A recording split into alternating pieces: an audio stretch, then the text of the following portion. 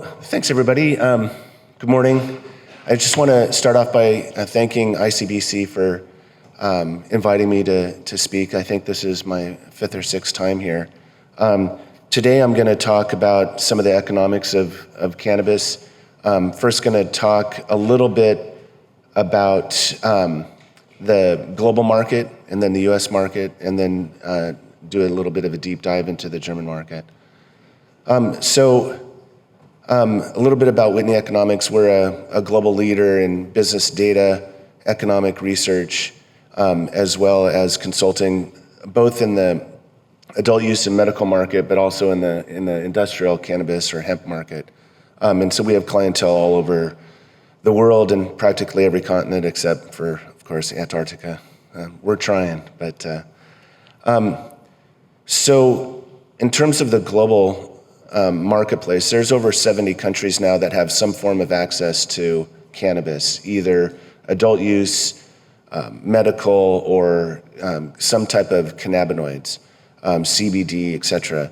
And the reason for this reform is different from country to country to country. Some want economic development, some want access to medicines, some people want alternatives. But this reform is taking an accelerated pace now. And so it's good to see. And on a combined basis, the cannabis industry is about $1 trillion global industry. A lot of this is driven by industrial hemp, but then you've also got the medical and adult use. And so it's about 1/3 cannabis, 2/3 hemp. So right now, the U.S. is driving a lot of the narrative. They're driving the policies at the UN level, international, but the market in the United States is so dysfunctional that there's a possibility that the European bloc could displace the U.S. as a global leader in driving direction and reform globally. And so here's a US update.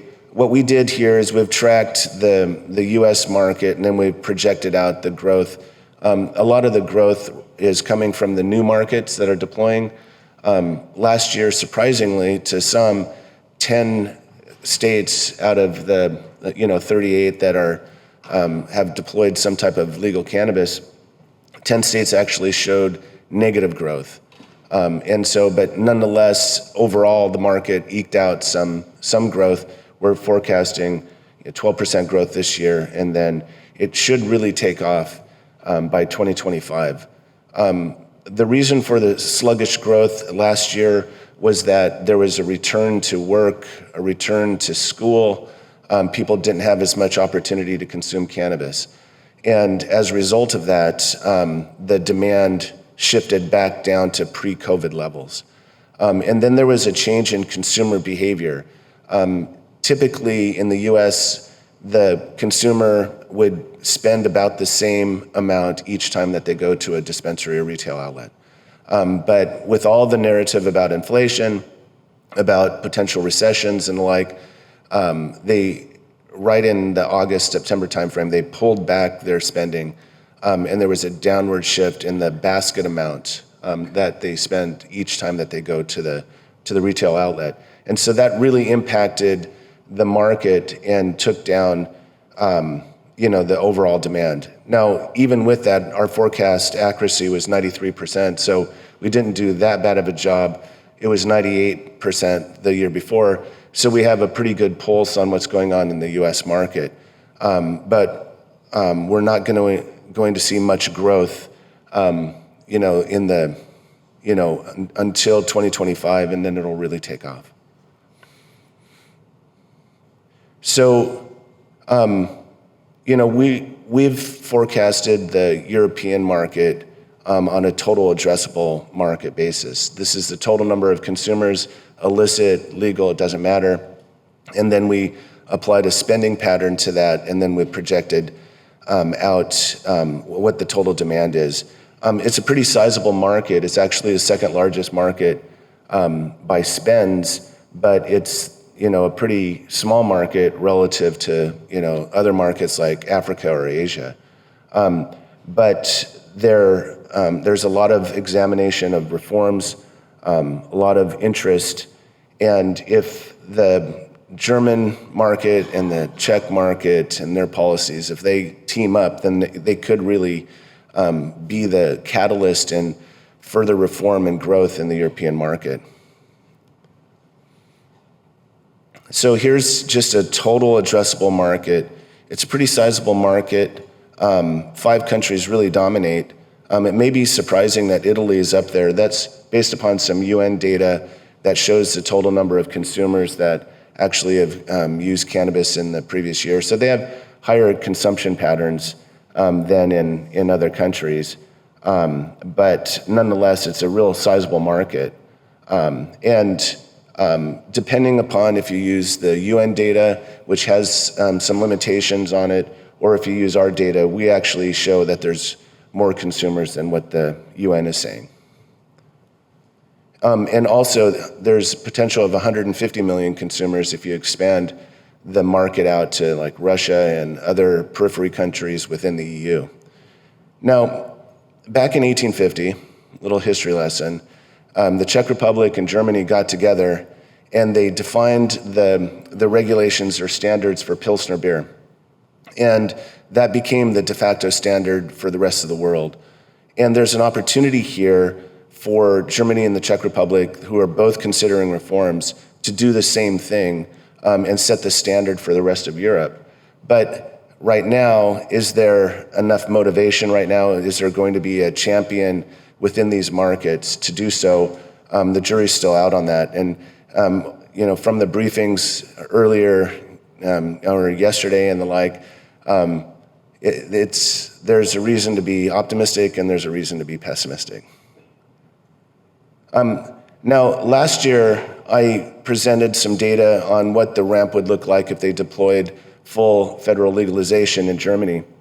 And the ramp actually was, and we look at things in terms of the percentage of legal capture, the amount of participation in the legal markets and the like. And the ramp scenario for Germany last year was that they would have a greater capture than the US, but a little bit less than Canada. So a pretty successful ramp. That was based upon last year's policies, though, and those policies have since changed. So the demand has been significantly shifted downward. The percentage of legal participation has been shifted downward as well. And so it's really cut the legs off of this market. And so I think that's important when you're looking at this from a business perspective and you're trying to find where the opportunities are to see this potential growth last year and now not so much.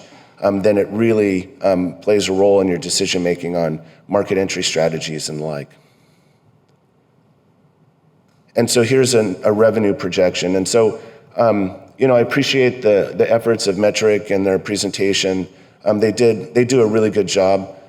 We take a little bit different approach where we look at the legal markets and we've mapped out all these ramps, and then we look at the regulatory structures in each one of these markets. And as a result of this shift to the social clubs, it's really pulled down the potential forecast through 2030. And so, for example, this is roughly a $4 billion market by 2030. It's now an $800 million market. So that's a pretty significant haircut just based upon policies. I think it's important to note also that although there's been a downward shift in the market projections, one has to be prepared for another shift, another pivot in this space, and really be ready to ramp at a rapid pace. So in terms of German supply requirements, the total addressable market requires about 950,000 kilos of cultivated output. And that's output that's required for not only flower and pre-rolls, but for your edibles and your tinctures and your extracts and all that. So 950,000, it's a pretty sizable market. But as we can see, there's really I don't think right now, at this point, that there's enough capacity online to support the demand, even at the lower numbers.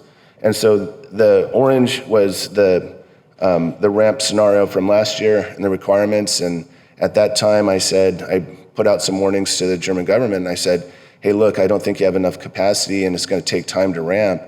And you're going to inhibit your growth and the amount of conversion of the consumers. But even with the lower downward revisions based upon the social clubs, I'm still skeptical that there's enough capacity online to support this potential ramp. But we'll see. I mean, the jury's still out. So implications. So with the slower rollout, the business opportunities are smaller, but there's still opportunities there. And so you really have to be strategic and use data in order to ascertain where the markets are, what the potential are, and then be prepared to scale. And because of the fact that there's a limited amount of supply, there's opportunities there to fill that void. And the success of a regulated rollout depends upon three variables. There's supply, if you have enough supply. And if you have enough supply, then prices are moderate, they come down, it incentivizes the consumer. The consumers are very price dependent. They look at price and they'll participate in the legal market. If there's an incentive to do so, they're willing to pay a premium just as long as the premium is not too much. And so price is another one of those factors that plays a role in the amount of legal participation. And then access. And so if you have a lot of retail outlets, there's a lot of legal participation. And so if you have a reasonable product, a lot of access, you have reasonable supply, then that's a successful scenario for a launch. But a regulatory rollout. But if you don't have one or two of those factors, then it's going to be problematic, and it won't eliminate the legal conversions by consumers. It'll just slow it down dramatically. And so, this could turn very quickly. So if you get more access and more clubs and more retail potential, then there could be, a quick turn in the overall market and increased opportunities. So I'd be remiss if I didn't talk a little bit about the industrial side of cannabis. There's a strong market in the EU for industrial hemp. I put together this chart a while ago, but it still seems to resonate with people. There's applications in traditional markets to convert over to hemp on a more sustainable basis. A lot of incentives on the ESG side. And so environmentally friendly, bringing in more opportunities for minority communities and the like. And so even with just a modest conversion, there's a lot of, it's a sizable market in the industrial applications. Now, in Germany, there's the automotive industry. BMW already uses, I think 20% of their cars are made from parts derived from hemp. And so there's already this conversion going on, and could accelerate in the area of fibers for construction materials, for plastic replacements, plant-based plastics and the like. And so there's a lot of potential to the hemp market. And the EU right now is kind of taking the lead, displacing the US. They're taking the lead with regard to hemp policy. And so my firm has country reports for 27 countries in Europe on the cannabis market, looks at rules and regulations on the industrial side, as well as the adult use and medical side. And so, when it comes to regulatory rollouts, like I mentioned, price, access, supply, it's really important to have that. And a lot of times regulators will copy and paste from other rollouts in other countries, other states, and sometimes they bring in policies that haven't worked in previous markets.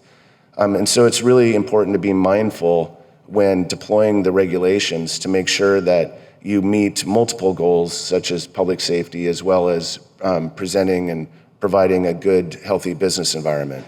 But right now, there's an opportunity to displace the U.S. in terms of cannabis policy, but it's going to take a little bit more work by the federal regulators in Germany. And so, in terms of the industry, as stakeholders in this space, it's really important to communicate not only with regulators, but amongst yourselves, develop networks, set expectations that are reasonable relative to the market size, and data plays a real big role in that. And don't get too far out over your skis. There's examples out of Canada, examples out of the United States and other markets where they built too much capacity, didn't have enough, drove up their costs, and the prices crashed, and they didn't have a good cost control, and so they weren't making any money. So it's really important to be disciplined and look at your cost structure and the like. It's also important because cannabis is so localized, cannabis policy is so localized, it's important to act locally, but to think on a global basis. For example, in the United States, the cost per gram to produce cannabis runs 25 cents to 50 cents a gram. In some countries, the wholesale price is a penny a gram. And so as soon as the international markets open up, this could be a serious threat to the US market. And so it's important to be mindful of where things are going on around the world, just as much as it's important to track things going on locally. And so, in terms of the future, if Germany does become the first major market in Europe to roll this out, they have a potential to really shape the market, even on the hemp side. But given the fact that this is now home grow and social clubs don't expect significant increases in legal usage, there's just not going to be enough supply. There's just not going to be enough access. But once policies change, then there's going to be an opportunity for accelerated growth. So it's important to plan for that time. And I think also there's an opportunity here for canna-tourism. People come to Germany to consume in the clubs if they are able. But that will be short-lived because once reform takes hold across the EU sector, then there'll be less and less canna-tourism because they'll have access to cannabis in their home country. And then also look for prices to really normalize once the rollouts are complete and once you get more capture, because initially, because of the limited amount of supply, you'll keep higher prices. And so once supply normalizes and is in equilibrium with the demand, then prices will normalize and they'll shift downward. It happens in every market. And I think, so in some, there's great potential here. There's a little less potential than there was a year ago. But who knows? There could be additional opportunities as things evolve. And so I just want to thank you again. Here's my contact information. We've got data on every country. We look at ramps in every state, every country. We have a lot of data, a lot of insights, and so happy to help you out. So thank you very much.